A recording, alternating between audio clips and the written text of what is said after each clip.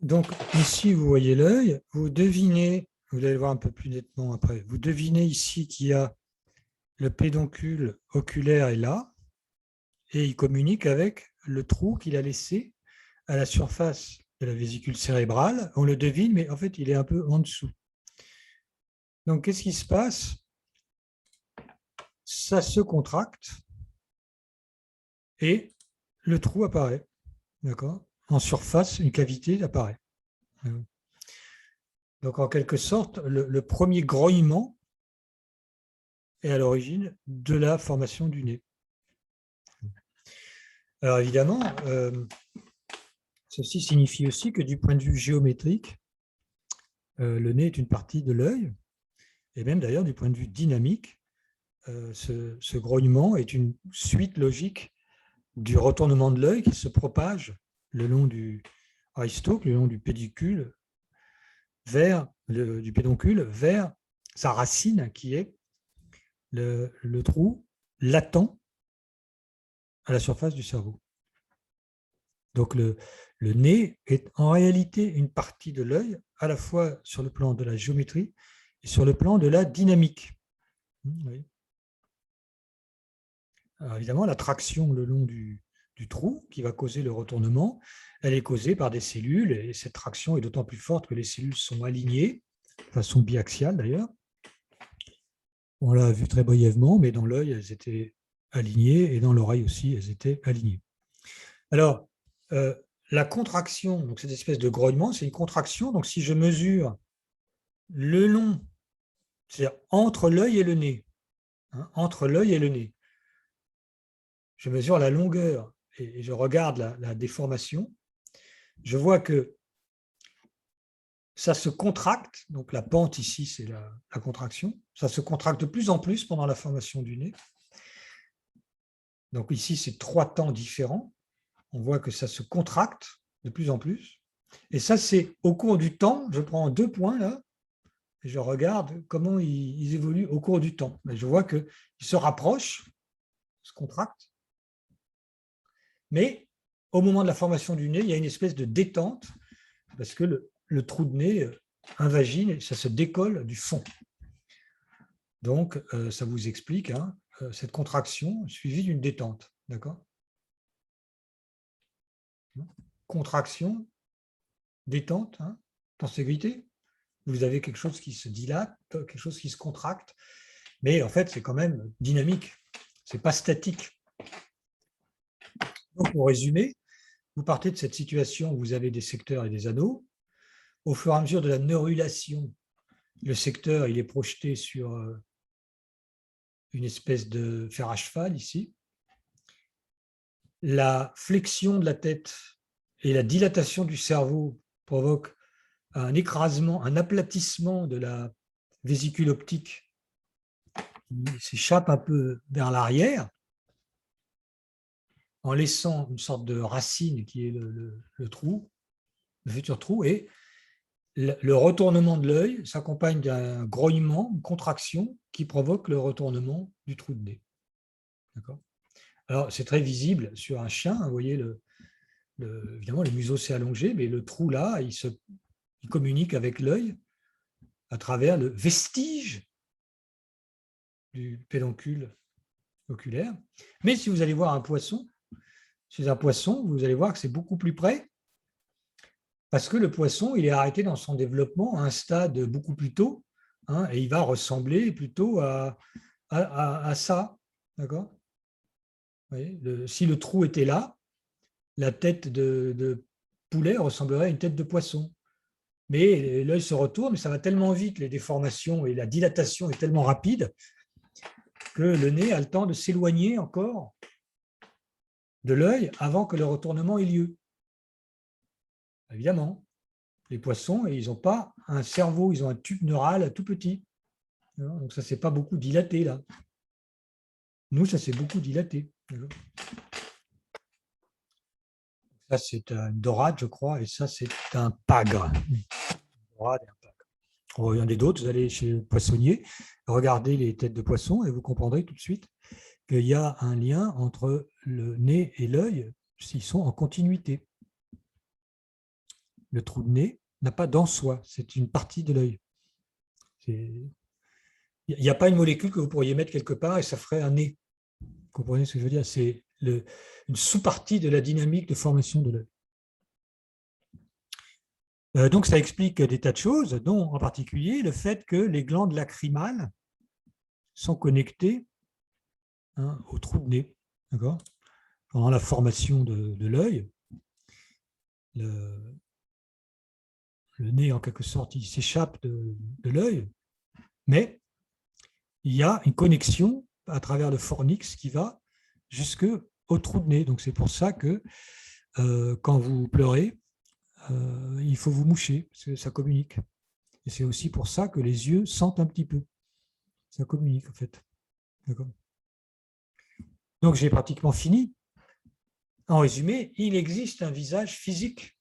La physique du physique existe. C'est tout ce que je viens de vous montrer, on peut raffiner. Je n'ai pas tout à fait terminé. Il y a une logique derrière ça, c'est que vous avez un disque qui est clivé physiquement par des brins. Ce clivage, il se traite par la physique. Je vous ai dit que les clivages ont envie d'être à angle droit, c'est lié à des principes de minimum en physique. Mais ce clivage va localiser les premiers brins contractiles, et donc les brins vont se concentrer là, et l'attraction des mêmes brins va causer la transformation de cette surface carrelée comme un peu une cible de fléchette, comme un citron, et les quartiers vont se plier et ça va donner des yeux, un nez, une bouche, des oreilles. D'accord ?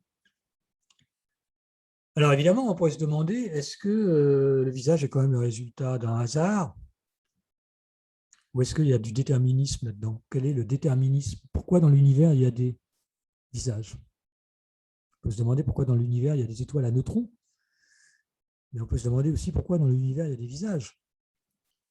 Est-ce que c'est la même question en fait? Alors oui, c'est la même question, parce que c'est une question de physique.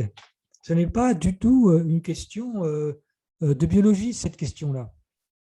Alors pourquoi? Parce que le déterminisme, donc le chemin qui est la cause de tout ce que je viens de décrire, c'est le fait qu'il y a du carbone dans l'univers, que le carbone, il fait des molécules organiques, que les molécules organiques, ça fait des polymères, ça fait des brins, des ficelles, des sortes de tendons. Ces polymères ont des phases ordonnées, donc ça a envie de faire des filaments qui s'alignent. Alors, là où il y a peut-être de la biologie, c'est que vous avez une phase ordonnée biphasique, c'est-à-dire vous avez deux types de filaments, actine et myosine. En fait, il pourrait y en avoir d'autres, mais essentiellement, les filaments peuvent glisser les uns sur les autres. Alors, effectivement, dans un univers où la traction est nulle, eh bien, vous n'avez que des plantes. Et dans un univers où la traction est positive, que les filaments peuvent glisser les uns sur les autres activement, vous avez des animaux. Mais si vous avez des clivages qui fonctionnent avec des tractions positives, vous aurez forcément des animaux, parce que les animaux sont un sous-produit du clivage actif. C'est juste le pavage du clivage qui va se contorsionner avec la même force suivant les plis où les clivages ont eu lieu auparavant. Donc c'est fatal, c'est déterministe. Donc il y a autant de raisons à l'existence des visages qu'il y en a à l'existence des étoiles à neutrons. C'est de la physique. Alors est-ce qu'on peut aller plus loin? Moi je vous ai montré un visage un peu ridicule que j'assume, parce que c'est le premier qui est fait avec que des équations. Mais est-ce qu'on peut aller plus loin? Alors c'est plus difficile parce que maintenant il va falloir mélanger les contractions. Moi je vous ai fait un œil et puis après j'ai fait une oreille, je les ai recollées. Je n'ai pas fait quelque chose d'autocohérent. Et même l'œil et l'oreille que j'ai faites, les forces étaient constantes, et je déformais la truc, mais je ne déformais pas la force dans le champ qu'elle s'inflige à elle-même. Le calcul n'était pas autocohérent.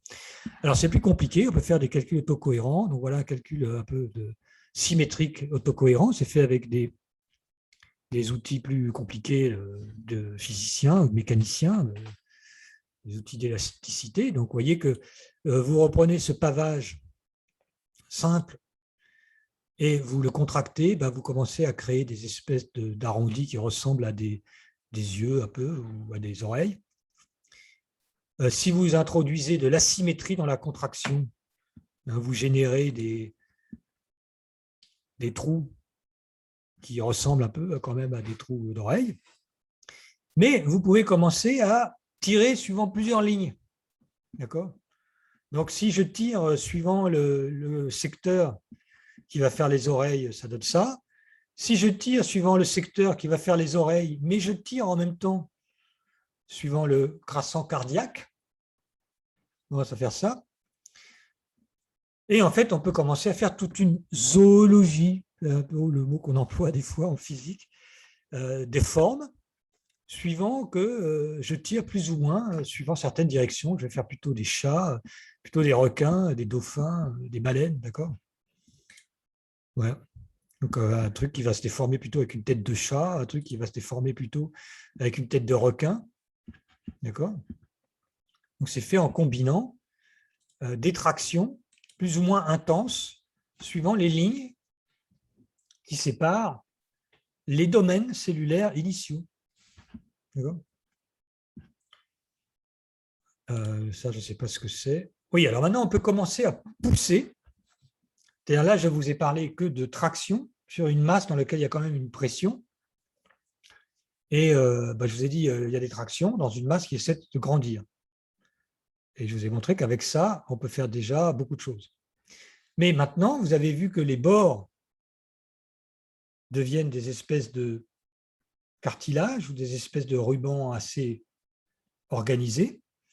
Et ces bords sur lesquels j'ai exercé des tractions, ils peuvent aussi pousser. Vous voyez, le bec, il pousse vers l'extérieur. La trompe, elle pousse vers l'extérieur. Ce n'est pas que l'oreille, le pavillon, il pousse vers l'extérieur. Donc, si maintenant, vous avez des lignes de traction qui, une fois qu'elles sont formées, peuvent aussi pousser, suivant des lignes, pas dans la masse, vous allez faire des formes de plus en plus sophistiquées, d'accord ? Y compris des sortes d'éléphants avec des trompes. Vous voyez que la croissance de la trompe, si la trompe pousse pour s'agrandir, elle fait reculer la bouche. Vous avez des lois de conservation. Donc, la combinaison des tractions, des poussées, ça va vous générer des formes nombreuses, mais ce n'est pas n'importe quoi. Vous avez un panel de formes possibles et probablement celles qu'on observe. Voilà, donc je termine avec une planche de remerciements que vous pourrez lire à tête reposée, mais dans les remerciements, il y a des médecins, des étudiants, doctorants qui sont devenus physiciens, des post-docs qui ont été recrutés au CNRS, Annika Bourachid qui est paléontologue au Muséum d'histoire naturelle, Olivia Plateau qui est une jeune doctorante en paléontologie, qui a peut-être fini maintenant. C'est pour dire aussi que je travaille aussi avec des paléontologues, ce n'est pas qu'avec des médecins ou des biologistes. Jean-Loup Duban, qui est un biologiste, et Fabien, Marc et Ophélie, qui étaient des étudiants qui ont participé un peu à ces acquisitions d'images. Et je remercie mes institutions, parce que quand même le CNRS est un merveilleux endroit pour faire ce genre de choses, si ça vous a intéressé.